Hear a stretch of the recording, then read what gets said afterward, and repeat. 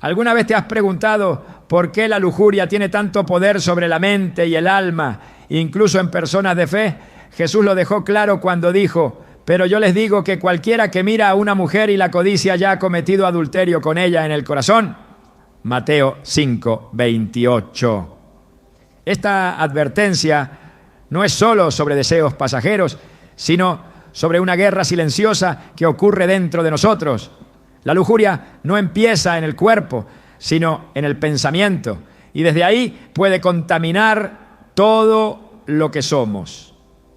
Hoy revelaremos 3 secretos bíblicos sobre la lujuria que rara vez se predican desde el púlpito. Te mostraremos cómo identificar su raíz espiritual, cómo afecta tu relación con Dios y qué pasos concretos puedes tomar para romper su dominio. ¿Estás listo para entender lo que Dios tiene reservado para ti más allá del deseo? Desde el primer susurro en el Edén, la humanidad ha sido tentada por aquello que parece placentero a los ojos, pero que es destructivo para el alma. El pecado de la lujuria no comienza con el cuerpo, no inicia con una mirada, ni siquiera con un deseo expresado. Su origen es mucho más sutil, más silencioso y más profundo. Comienza como una sombra en el pensamiento, un susurro persistente que no grita, pero que insiste. Y lo más peligroso de esa voz es que no suena mal, suena lógica, suena atractiva, suena como tú. Jesús fue tajante al respecto cuando dijo: pero yo les digo que cualquiera que mira a una mujer para codiciarla ya ha cometido adulterio con ella en su corazón. Mateo 5:28. Esta declaración no es exagerada ni simbólica. Es una advertencia directa que revela el poder invisible que tiene la lujuria sobre el alma humana. No es casualidad que la lujuria opere en secreto. Se disfraza de deseo natural, se oculta detrás de necesidades no resueltas. Se camufla como un anhelo legítimo de conexión. Pero su verdadera esencia no es carnal, sino espiritual.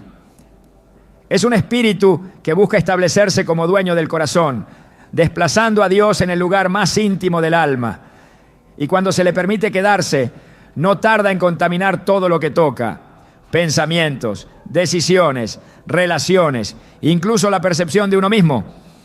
El apóstol Pablo, en su carta a los Gálatas, habla de las obras de la carne, entre las cuales menciona explícitamente la fornicación, la impureza y la lascivia. Gálatas 5:19. No lo hace para crear una lista moral, sino para señalar síntomas de un mal más profundo: un corazón desconectado del espíritu. Muchas personas creen que luchar contra la lujuria es simplemente cuestión de voluntad, de evitar imágenes o de practicar autocontrol. Pero eso es como poner una curita sobre una herida que nunca ha sido desinfectada. La lujuria, cuando no es reconocida como lo que realmente es, un espíritu invasivo, se vuelve un huésped silencioso que se acomoda en la rutina del creyente. No se manifiesta siempre con escándalos. A veces se disfraza de fantasía inofensiva, a veces de coqueteo sutil, otras veces de relaciones toleradas que no honran a Dios, pero se justifica con frases como: todos somos humanos, o Dios conoce mi corazón. Y sí, Él lo conoce, pero también sabe cuando el corazón ha sido contaminado y ya no responde a su voz. En el libro de Génesis, cuando el pecado entra en el mundo, lo hace de la mano de una sugerencia visual. La serpiente no obligó a Eva, solo le mostró una posibilidad. Y vio la mujer que el árbol era bueno para comer y que era agradable a los ojos y árbol codiciable para alcanzar la sabiduría. Génesis 3:6. La palabra clave ahí es codiciable. Lo que se codicia se convierte en una obsesión interna antes de convertirse en una acción externa. Ese es el patrón de la lujuria. No irrumpe de golpe. Se va construyendo en el silencio de los pensamientos que no se entregan a Dios. Y una vez que se fortalece, comienza a exigir espacio, decisiones, tiempo, energía. Pide que se le sirva. Y cuando el alma le cede ese lugar, entonces ya no es solo un pensamiento impuro, es un altar al deseo. Lo más alarmante es que este espíritu puede convivir con una vida aparentemente espiritual. Hay quienes predican mientras batallan en secreto. Hay quienes oran, pero sus pensamientos están presos de imágenes y recuerdos que nunca fueron entregados a Cristo. Hay quienes sirven en la iglesia, pero su intimidad está gobernada por la lujuria y no por el amor. Esto no es una condena, es un llamado a despertar. Jesús no vino a maquillar el pecado, vino a destruirlo desde la raíz. Pero para que algo sea destruido, primero debe ser expuesto. Mientras la lujuria opere en las sombras, seguirá creciendo.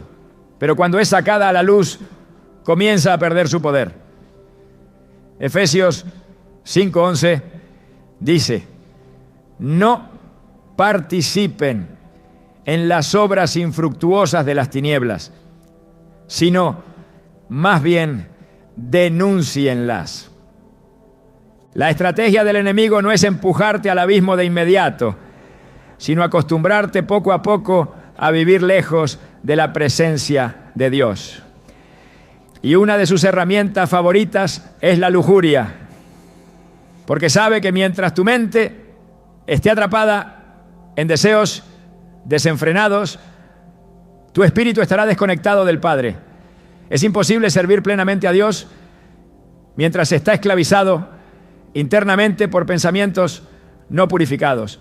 Jesús lo expresó con claridad: nadie puede servir a dos señores. No podéis servir a Dios y a las riquezas. Mateo 6:24. Aunque hablaba del dinero, el principio es el mismo. El corazón no puede tener dos tronos. O reina Dios o reina el deseo. Muchos creyentes viven con una dualidad que los desgasta. Se arrepienten el domingo y caen el lunes. Lloran en la adoración, pero no pueden mirar a una persona sin desearla en su mente. Claman por libertad, pero no identifican que están luchando contra un espíritu que no puede ser vencido con motivación humana, sino con armas espirituales. En 2 Corintios 10, 4-5, Pablo dice: las armas de nuestra milicia no son carnales, sino poderosas en Dios para la destrucción de fortalezas, derribando argumentos y toda altivez que se levanta contra el conocimiento de Dios y llevando cautivo todo pensamiento a la obediencia a Cristo. Esta es la clave. No basta con resistir. Hay que llevar el pensamiento desde donde nace la lujuria a la obediencia de Cristo. La batalla se libra en la mente. Cada imagen, cada recuerdo, cada impulso puede ser una puerta o una cadena. Y si no se identifican, se normalizan. El problema no es que el pensamiento llegue. El problema es que se le dé hospedaje. David fue un hombre conforme al corazón de Dios. Pero cuando bajó la guardia y permitió que la vista se convirtiera en deseo, terminó cayendo en adulterio y asesinato. Todo comenzó con una mirada, pero no fue la mirada lo que lo destruyó. Fue lo que permitió que esa mirada hiciera en su corazón. El Salmo 51 es su clamor de arrepentimiento, y en él se percibe el peso de lo que significa haber dado lugar al pecado. Crea en mí, oh Dios, un corazón limpio y renueva un espíritu recto dentro de mí. Salmo 51:10. La lujuria no solo lo llevó a pecar, lo contaminó espiritualmente. Este es el motivo por el que muchos no experimentan la plenitud de la vida cristiana.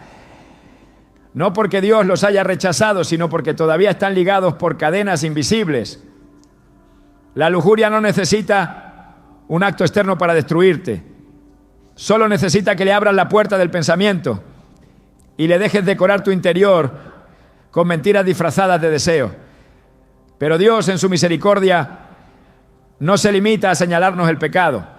Él ofrece restauración, ofrece limpieza, ofrece libertad.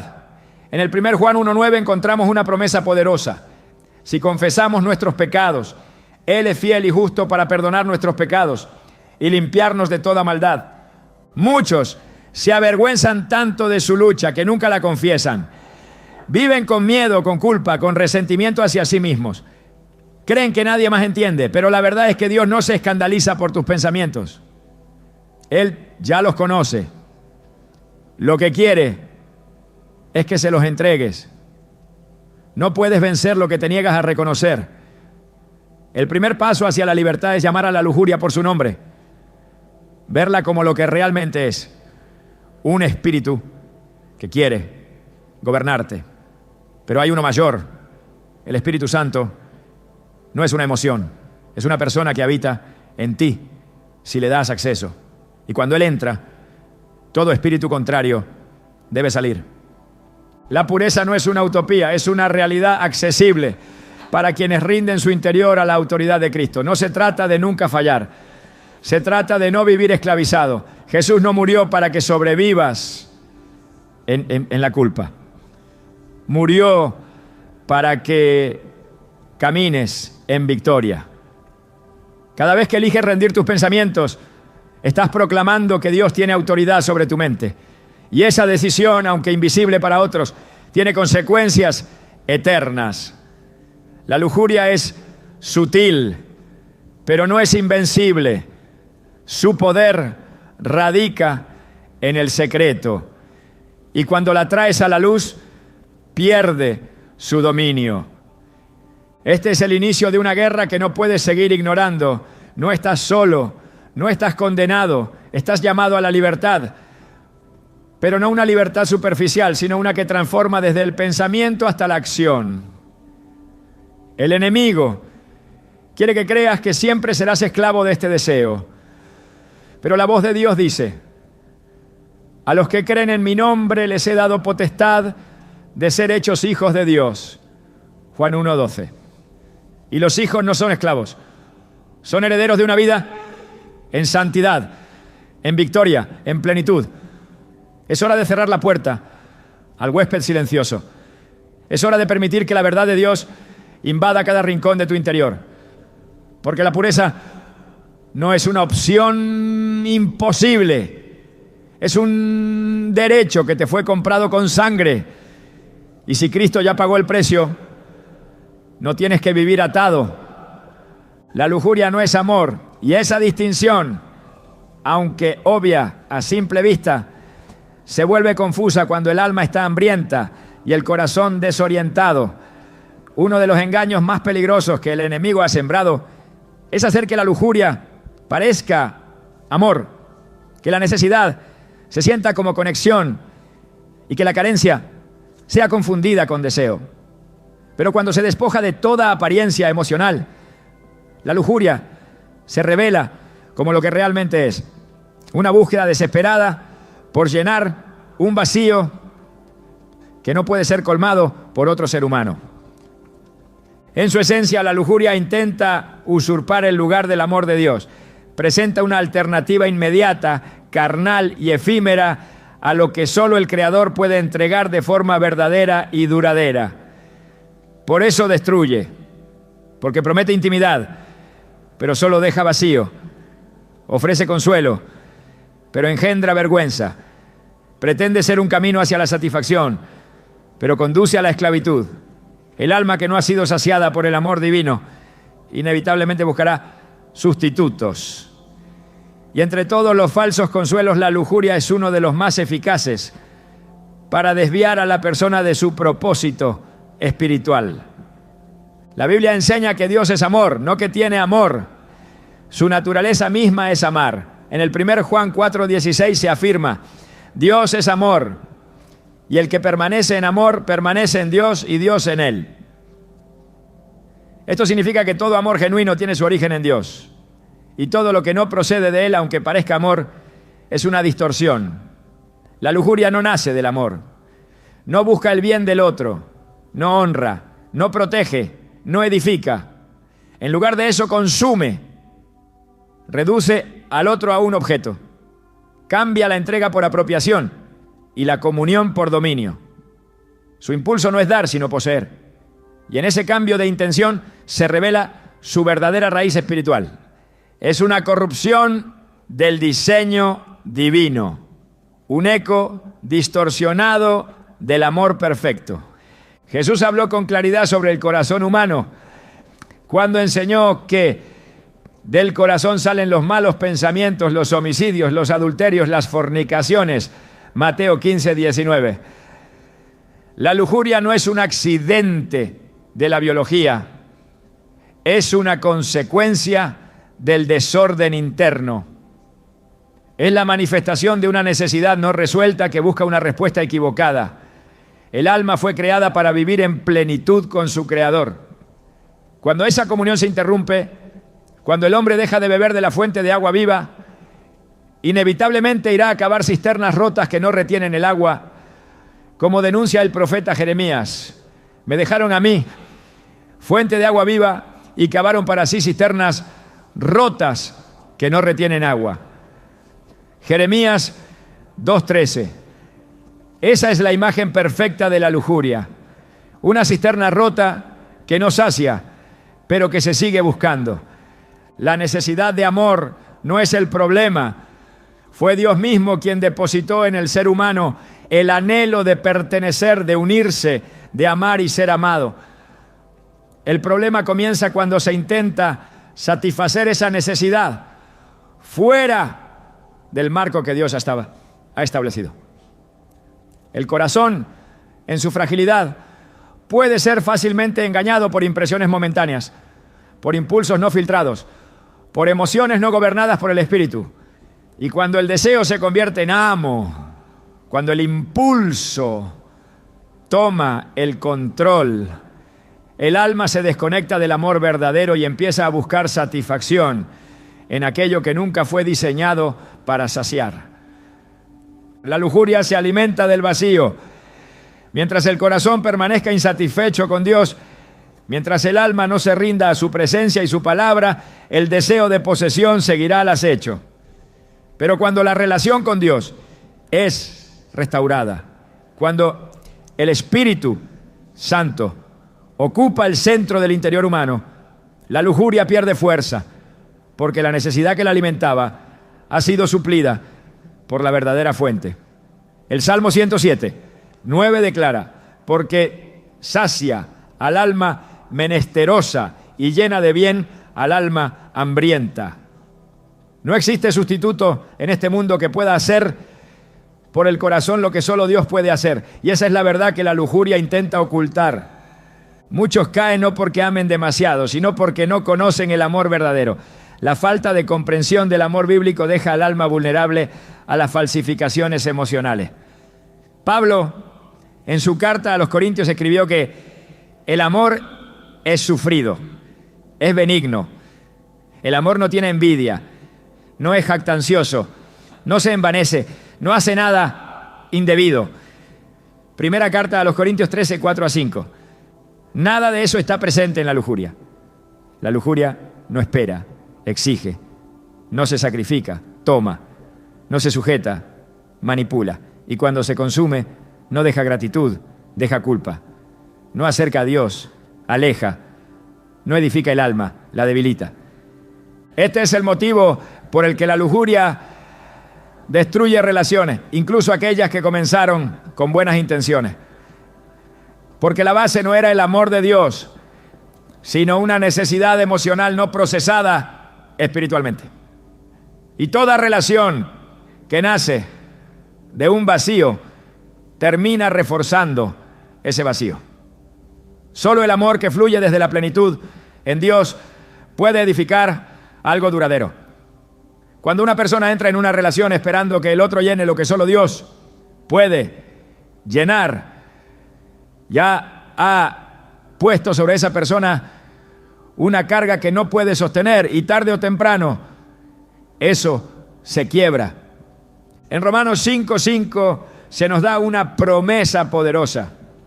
El amor de Dios ha sido derramado en nuestros corazones por el Espíritu Santo que nos fue dado. Ese amor no es conceptual, es real. Tiene la capacidad de transformar el corazón, de reordenar los deseos, de purificar las intenciones.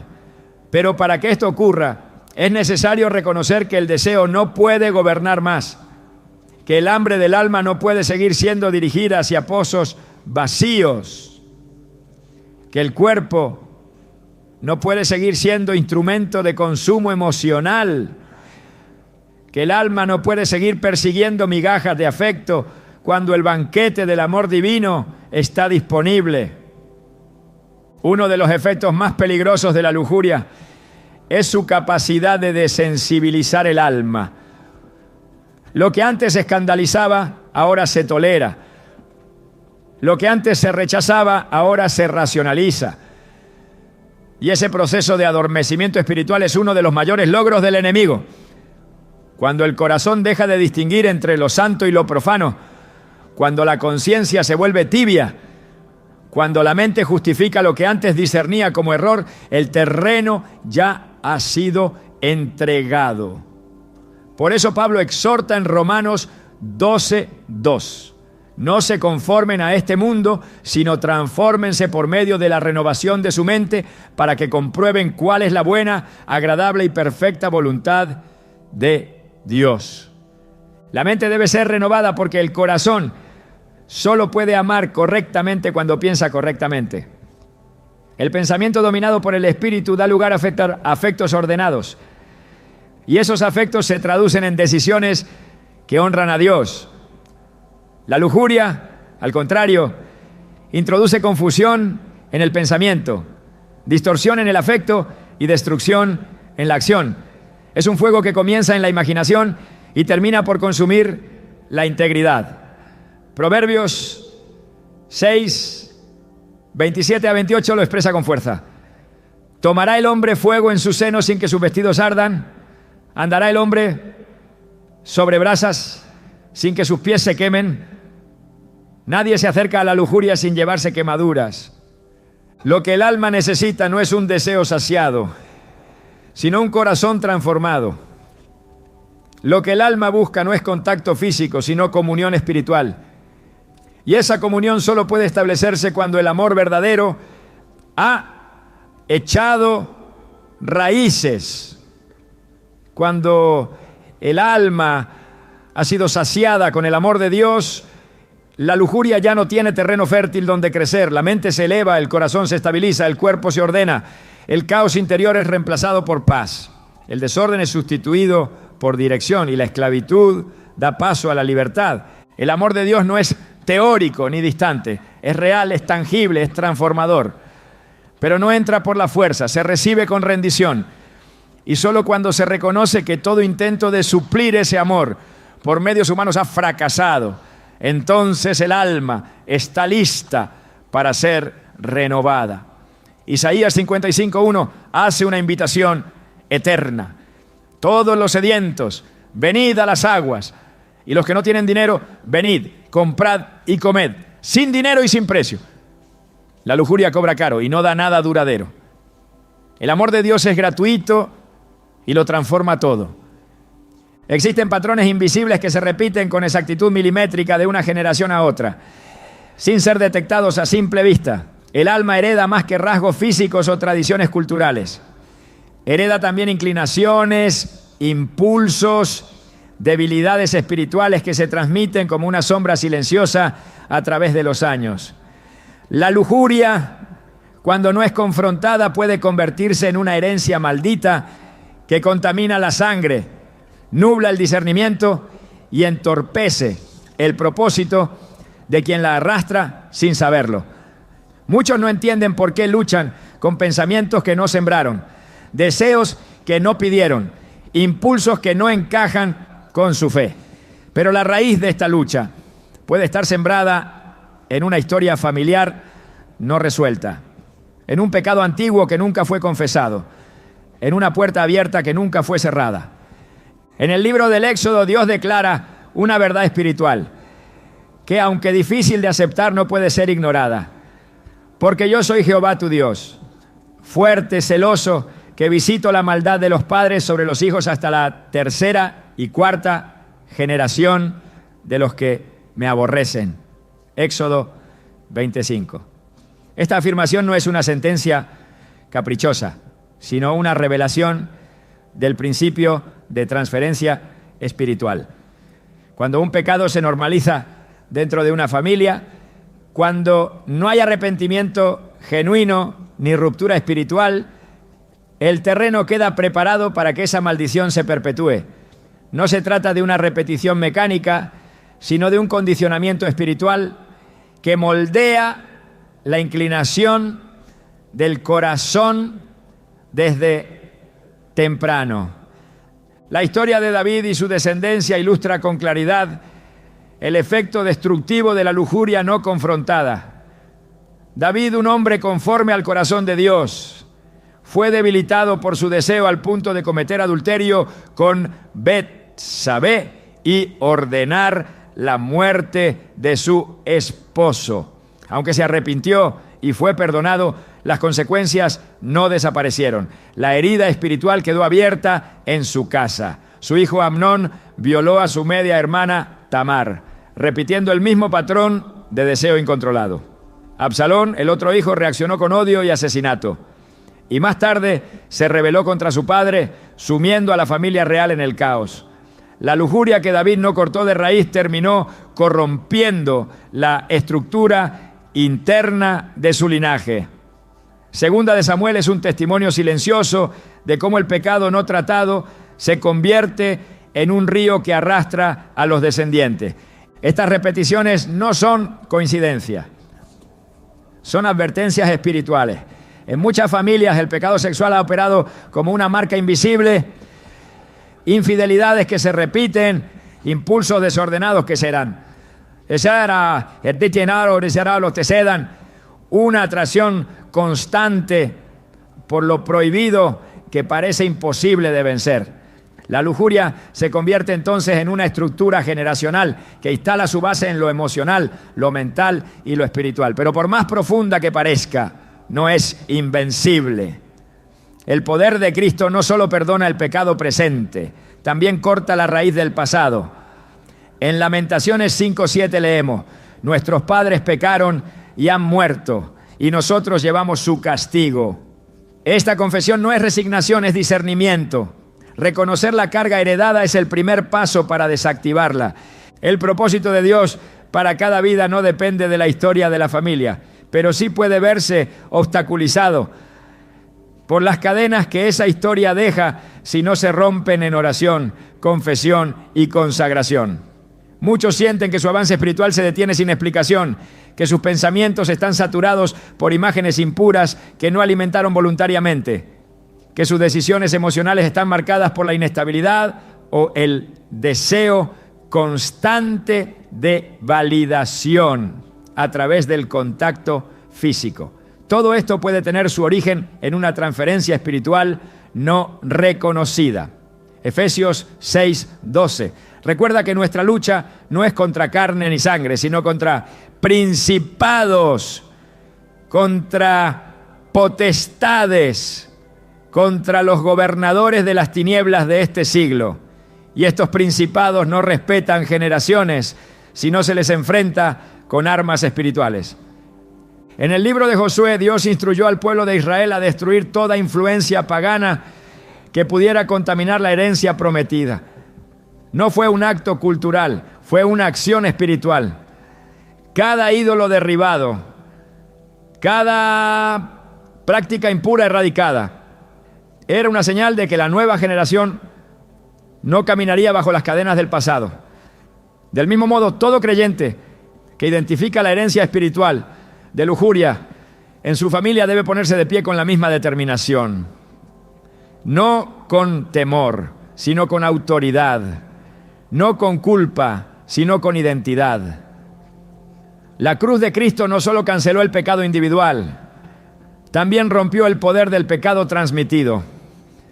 En Isaías 10:27 se proclama una promesa eterna. Acontecerá en aquel tiempo que su carga será quitada de tu hombro y su yugo de tu cerviz, y el yugo se pudrirá a causa de la unción. La lujuria heredada se pudre en la presencia de Dios cuando se invoca su autoridad con convicción. No hay atadura generacional que pueda resistir el poder de la sangre de Cristo. Pero para ejercer ese poder se requiere conocimiento, entrega y decisión. No basta con conocer el patrón, es necesario interrumpirlo. No basta con identificar la inclinación, es necesario someterla.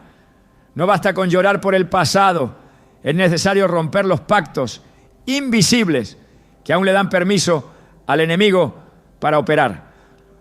Uno de los principios más ignorados en la vida espiritual es que lo que no se confronta se hereda.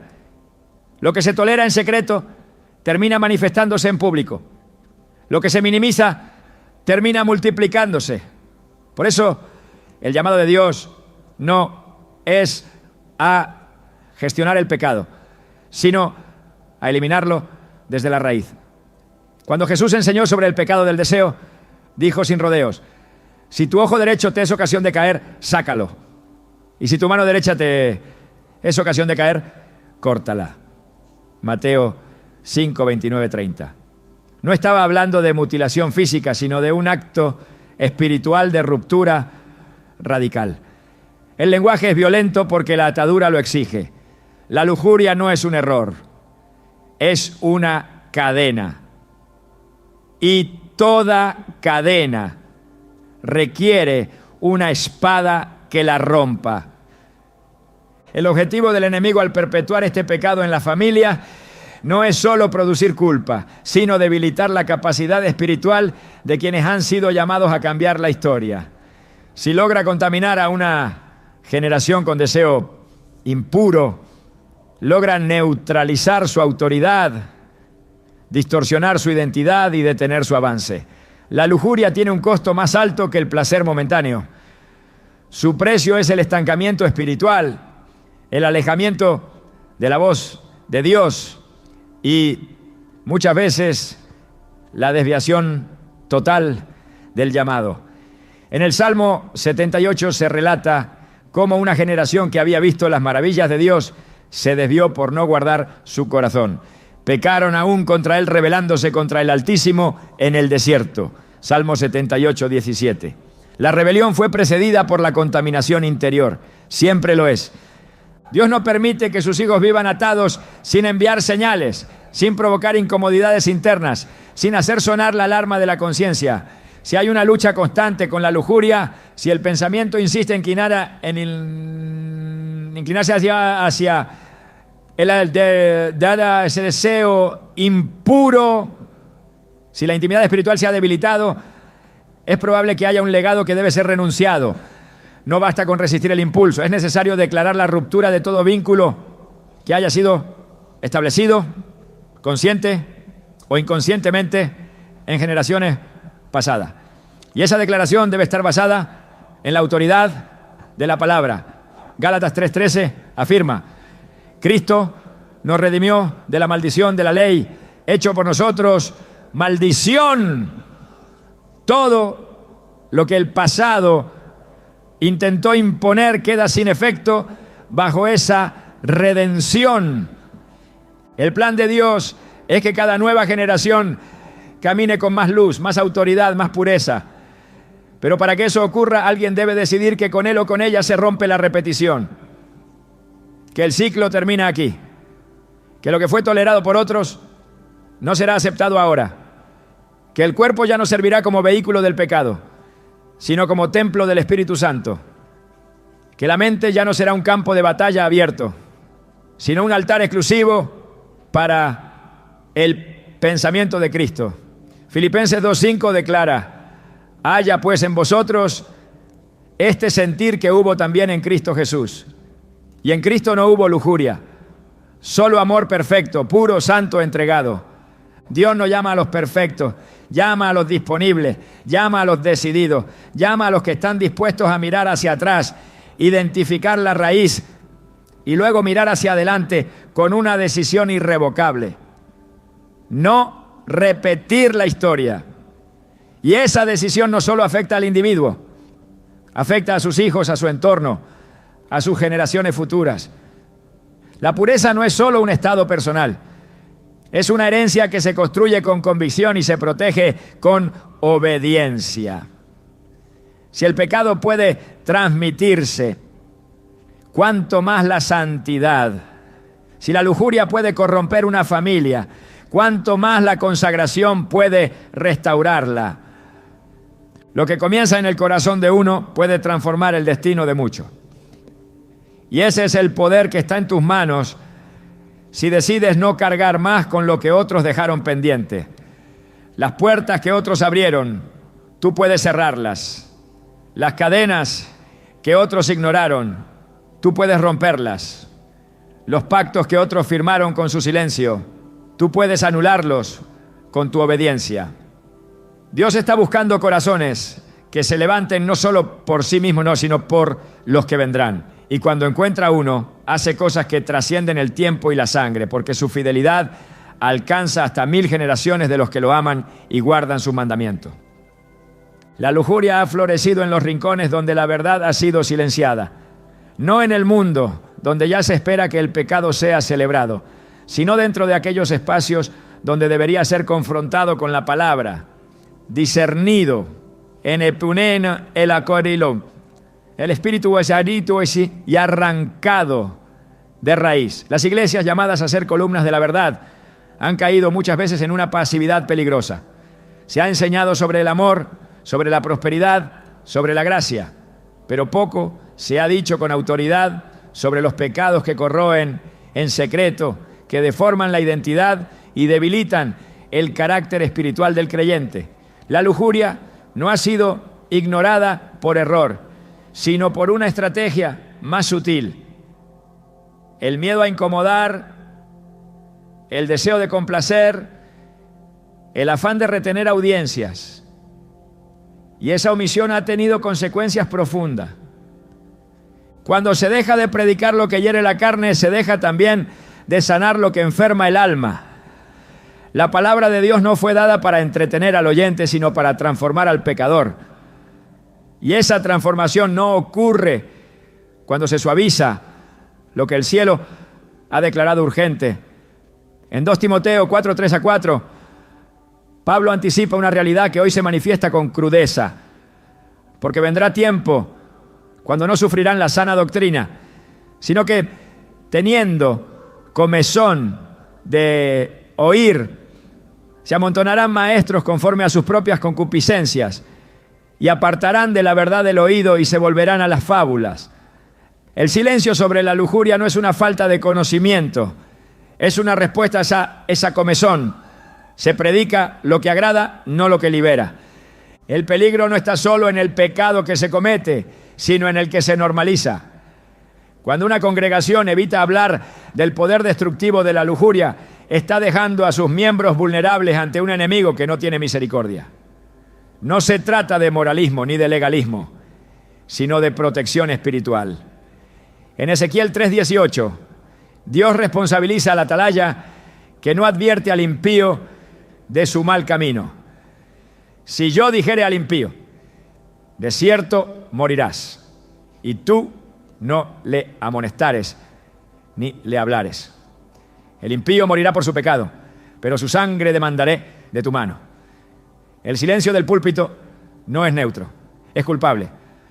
La lujuria no necesita ser celebrada públicamente para operar con eficacia. Le basta con que no se la mencione, le basta con el vacío, con ese espacio que debería estar lleno de palabra viva y confrontación amorosa, pero que ha sido ocupado por discursos tibios y tolerancia disfrazada de amor. Cuando no se predica sobre la santidad, el pecado no desaparece, se acomoda. Cuando no se expone lo impuro, no se limpia, se profundiza. La palabra es como fuego, como martillo que quebranta la piedra, como espada que penetra hasta lo más profundo del alma. Pero si esa espada se envaina para no herir sensibilidades, el alma queda indefensa ante las garras del enemigo. No hay avance en la vida espiritual sin confrontación, no hay crecimiento si lo que está mal no se corrige. Jesús no evitó hablar del deseo impuro. Lo hizo con una claridad que aún hoy incomoda. Cualquiera que mira a una mujer para codiciarla, ya ha cometido adulterio con ella en su corazón. Mateo 5, 28. No dejó espacio para suavizar la verdad. No dio margen para la interpretación cultural o el relativismo emocional.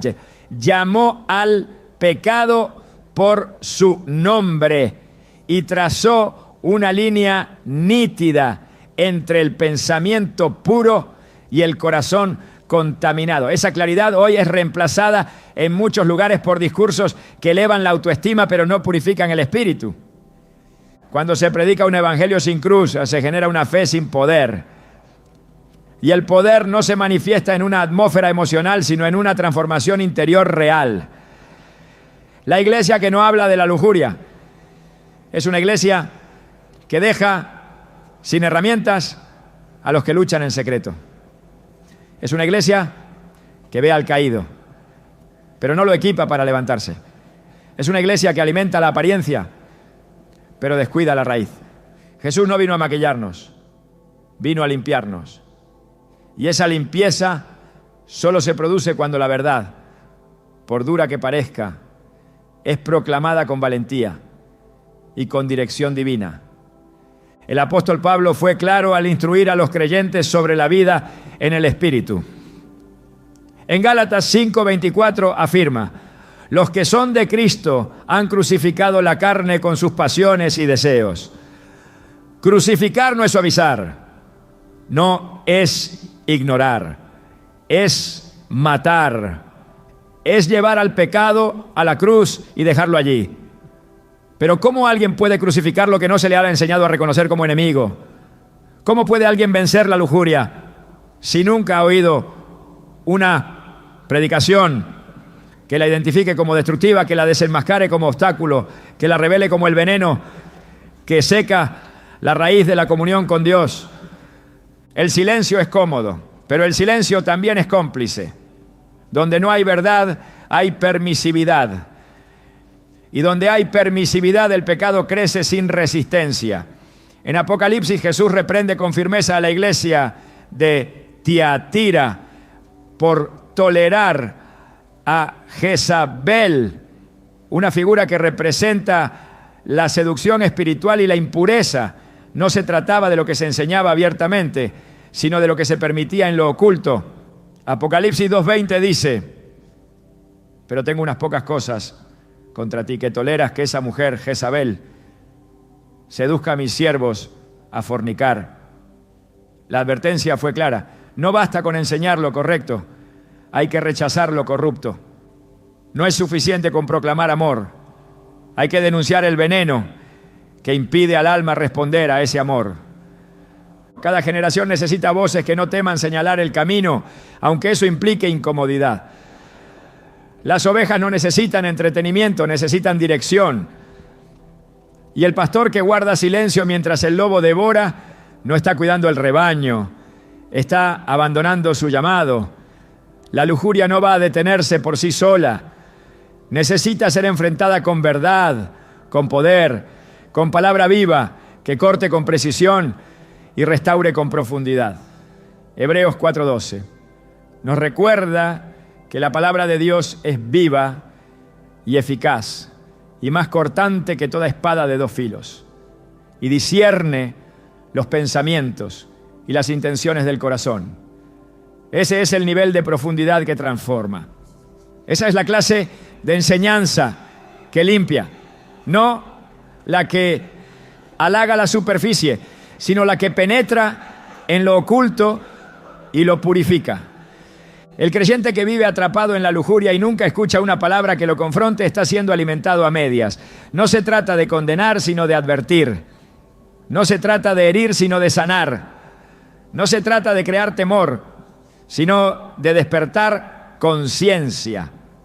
La gracia de Dios no cubre lo que el hombre no está dispuesto a exponer. No borra lo que se sigue practicando en secreto. Tito 2:11-12 afirma que la gracia de Dios se ha manifestado enseñándonos que, renunciando a la impiedad y a los deseos mundanos, Vivamos en este siglo sobria, justa y piamente. Esa gracia instruye, no adormece. Corrige, no consiente. Dios está llamando a su iglesia a recuperar el mensaje completo. No uno parcial, adaptado al gusto del oyente, sino uno fiel, alimentado por el fuego del Espíritu y no por la opinión popular. La restauración no llega a través de estrategias modernas, sino por la predicación sin adulterar, por la verdad dicha con amor pero sin concesiones, por una enseñanza que toca las heridas con manos firmes, no con guantes de algodón, porque el alma necesita cirugía, no caricias superficiales. El pecado de la lujuria no se elimina con indiferencia, sino con espada espiritual. Cuando la iglesia retoma su voz profética, el pecado tiembla. No porque los hombres tengan poder, sino porque el cielo respalda a los que proclaman su verdad. Cuando se denuncia la lujuria con firmeza, los corazones se estremecen, las mentes se aclaran, las cadenas empiezan a romperse. No hay liberación sin confrontación, no hay victoria sin lucha. Y la lucha comienza cuando alguien se atreve a hablar, cuando alguien se para en el altar y dice lo que muchos prefieren callar. No hay reforma sin palabra, no hay avivamiento sin arrepentimiento. Y no hay arrepentimiento si el pecado no ha sido señalado con claridad. Dios está buscando bocas limpias, lenguas valientes, voces que no teman declarar lo que el cielo ya ha decretado. Que digan que la lujuria es una corrupción del diseño divino. Que proclamen que el cuerpo fue hecho para honrar a Dios, no para ser vehículo de placer egoísta. Que enseñen que el pensamiento debe ser renovado, el corazón purificado y la voluntad rendida. No para impresionar, sino para obedecer. No para aparentar, sino para reflejar. El silencio de la iglesia frente a la lujuria ha sido costoso. Pero el tiempo del silencio ha terminado. Es tiempo de hablar, de enseñar, de interceder, de predicar con verdad y sin temor. Porque solo la verdad libera. Y solo la verdad que se proclama puede arrancar del corazón lo que lo ha corrompido por tanto tiempo. La lujuria no se vence con fuerza humana. No basta la intención, el deseo de cambiar o los compromisos mentales. No es suficiente con decidir dejarla si el alma no se somete a un proceso espiritual que rompa su poder desde la raíz. Porque este pecado tiene una estructura que se sostiene en lo invisible y solo las armas del Espíritu tienen la capacidad de desmantelarla por completo. Muchos han intentado liberarse de la lujuria, evitando ciertas conductas, alejándose de entornos, imponiéndose reglas, pero nada de eso transforma lo que permanece oculto en el corazón. La única forma de cortar con el ciclo es enfrentarlo con luz, con humildad, con fuego y con verdad. Y para eso la palabra revela herramientas espirituales que no solo limpian, sino que restauran. La primera de ellas es la confesión, no como un acto superficial de remordimiento, sino como una declaración frontal de guerra contra lo que ha contaminado el interior. El alma que confiesa no se excusa, se rinde, no negocia, se expone. La confesión no es un trámite religioso, es un acto de revelación que obliga a la oscuridad a salir. En Proverbios 28:13 está escrito: el que encubre sus pecados no prosperará, mas el que los confiesa y se aparta alcanzará misericordia. Esta es una clave espiritual irrevocable. Mientras el pecado se esconda, seguirá creciendo. Mientras se justifique, seguirá gobernando. Pero cuando se declara con sinceridad, pues el reto pierde el espacio que lo alimentaba. Dios no exige confesión por él, sino por nosotros. Él ya lo sabe todo, pero el alma solo se libera cuando deja de callar. Y esa confesión debe ir más allá del susurro en la mente. Tiene que ser verbal, específica, completa, no para ser condenado, sino para ser purificado. 1 Juan 1:9 afirma: si confesamos nuestros pecados, Él es fiel y justo para perdonar nuestros pecados y limpiarnos de toda maldad. La limpieza no viene con el silencio, llega con la rendición.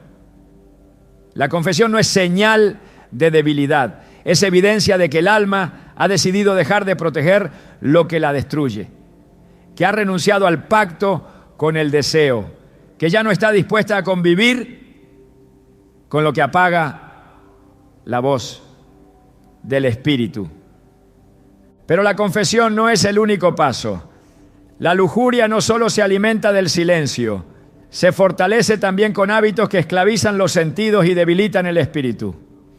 Por eso Dios estableció el ayuno no como una práctica ocasional o ceremonial, sino como una disciplina espiritual que reordena el alma, somete la carne y restaura la sensibilidad perdida.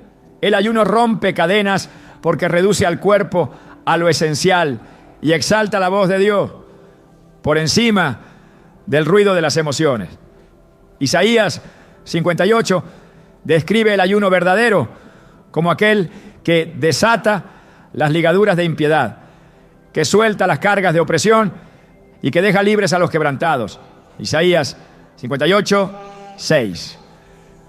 No es una abstención vacía, es una guerra espiritual.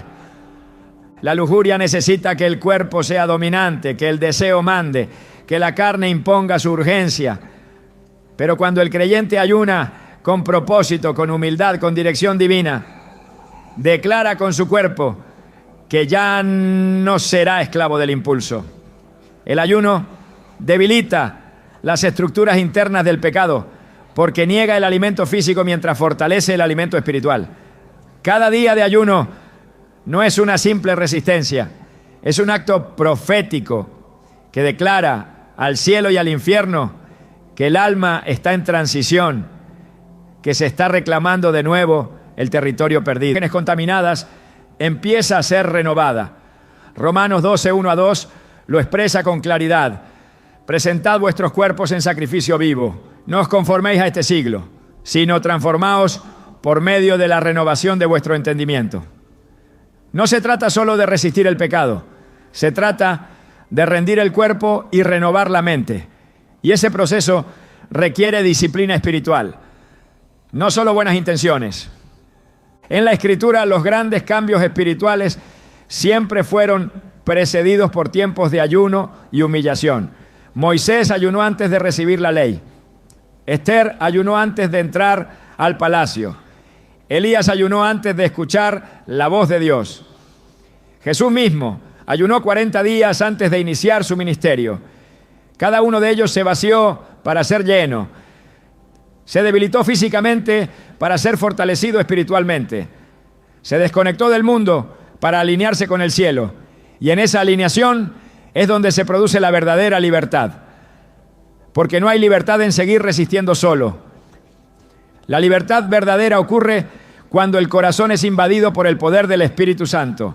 Y eso solo sucede cuando hay lugar limpio para que Él habite.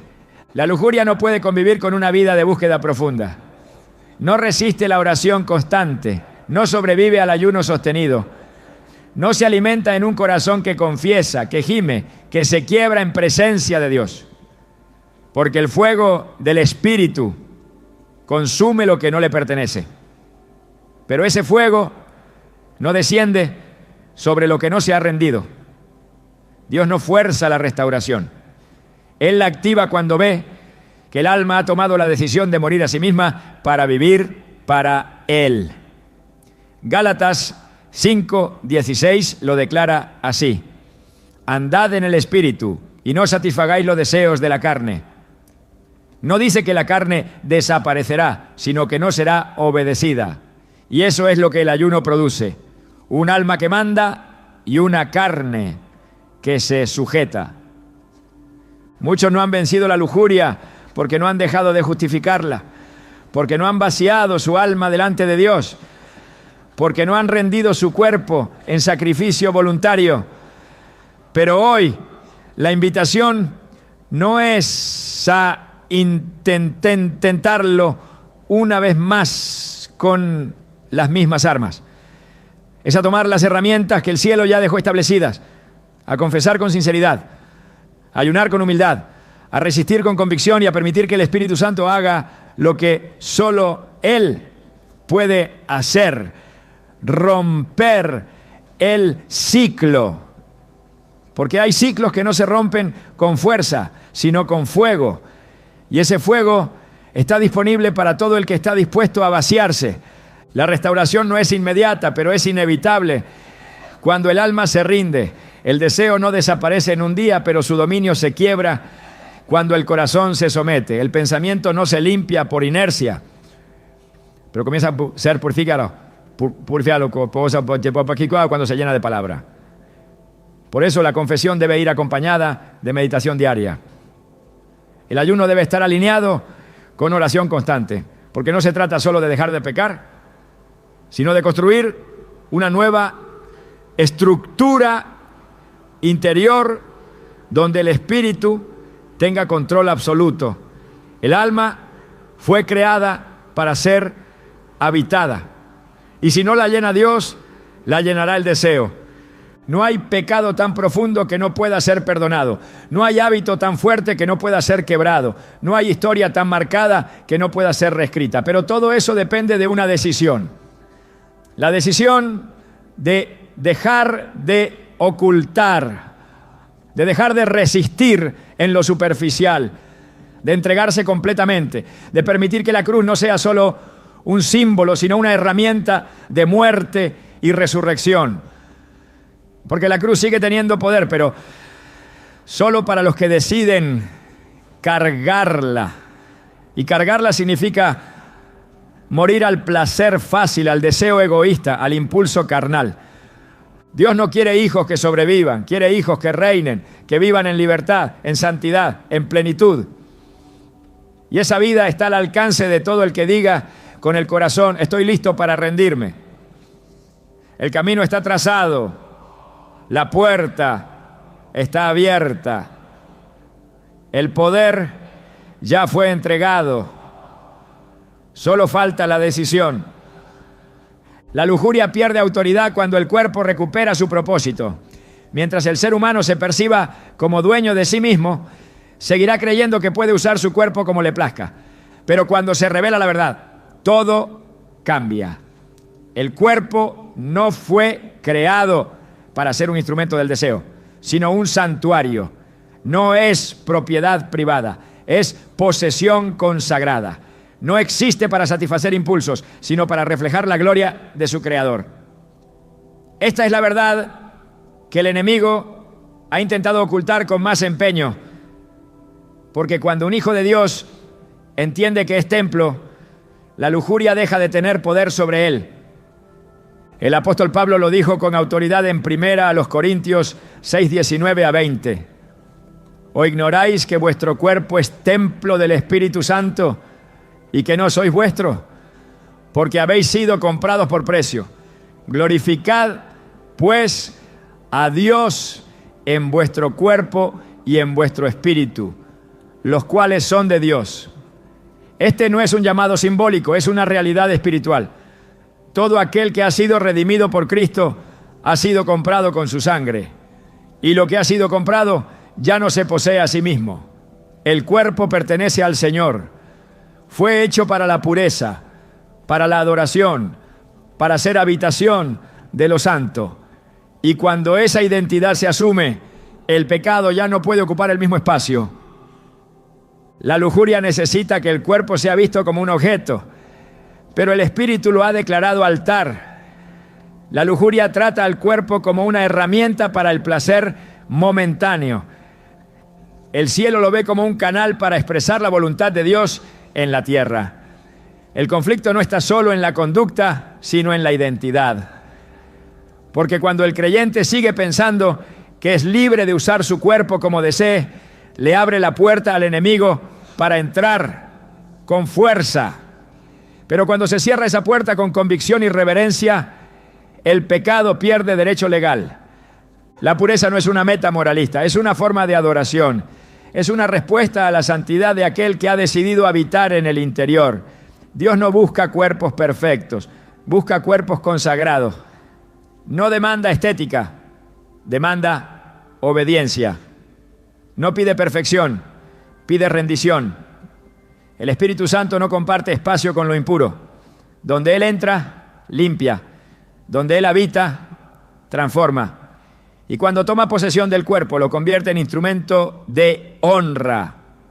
Romanos 6:13 enseña: no presentéis vuestros miembros al pecado como instrumentos de iniquidad, sino presentaos vosotros mismos a Dios como vivos de entre los muertos y vuestros miembros a Dios como instrumentos de justicia. La batalla no está en evitar lo prohibido, sino en rendir cada parte del cuerpo a la voluntad divina. Los ojos, las manos, los pensamientos, los deseos, todos deben ser ofrecidos como parte de un sacrificio vivo.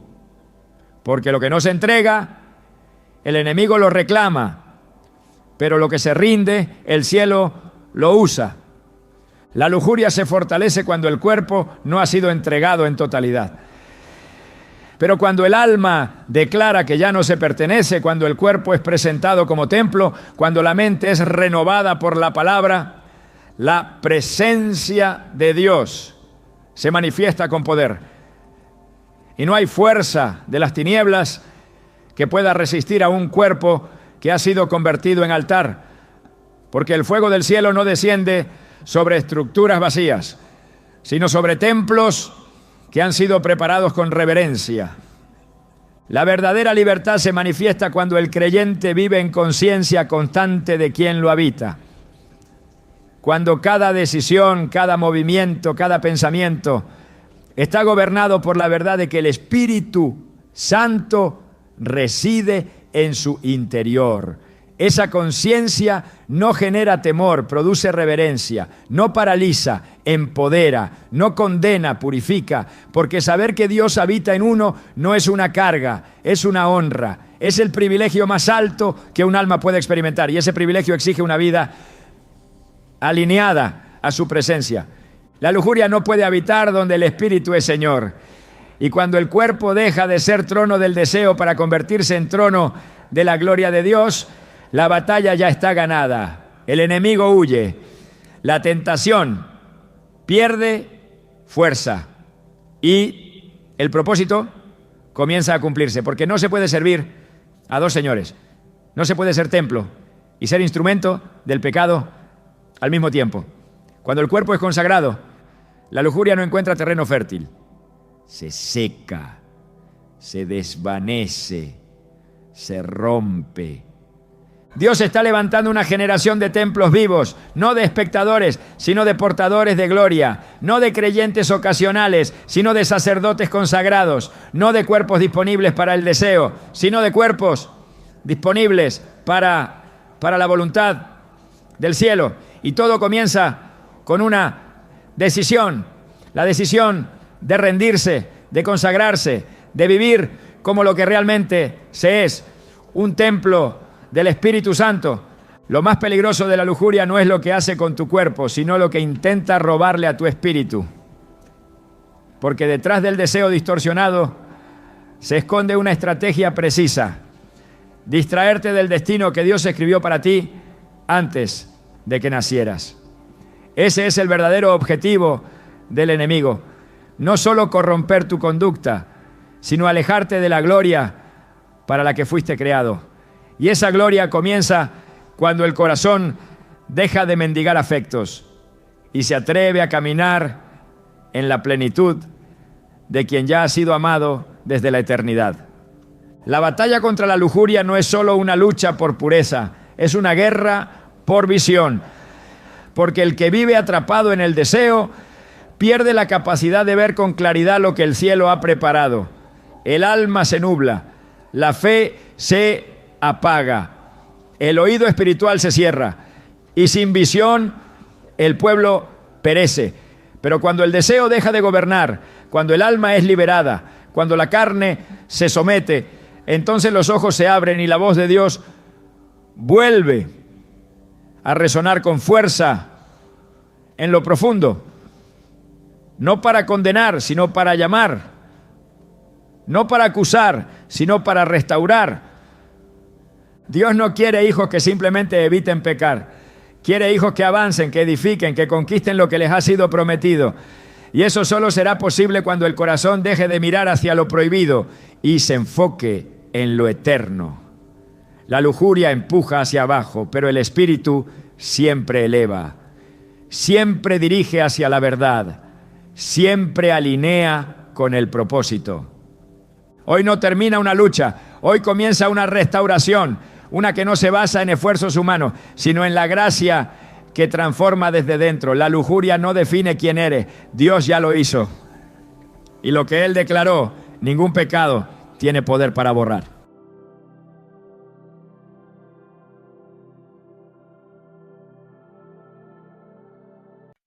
Everything was working fine. Cheap highs, borrowed time. Laughing like we cracked the code.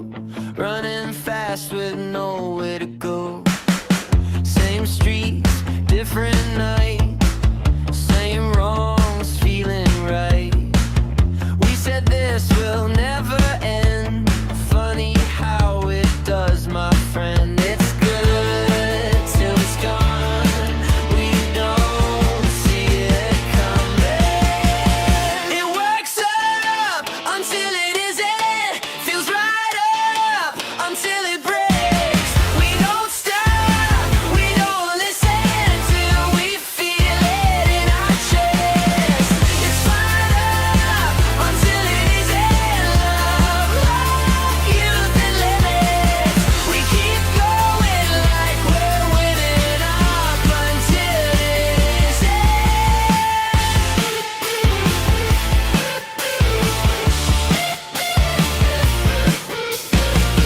Late calls, half-said truths, loose plans, worn-out shoes. Every sign we waved away, said we'd deal with it someday.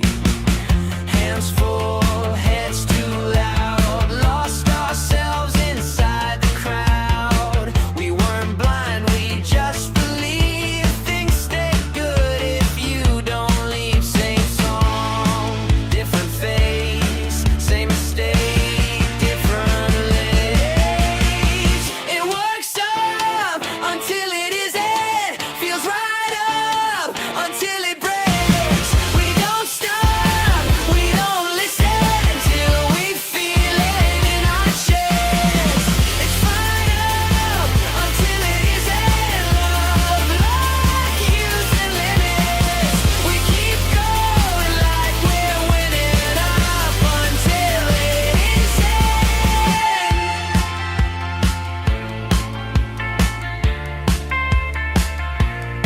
Maybe this is how we learn. Let it crash, let it burn. If it ends, at least we know we were real before we let it go. It works up until it isn't. That's the truth. We keep resisting. If it breaks, we won't regret it. We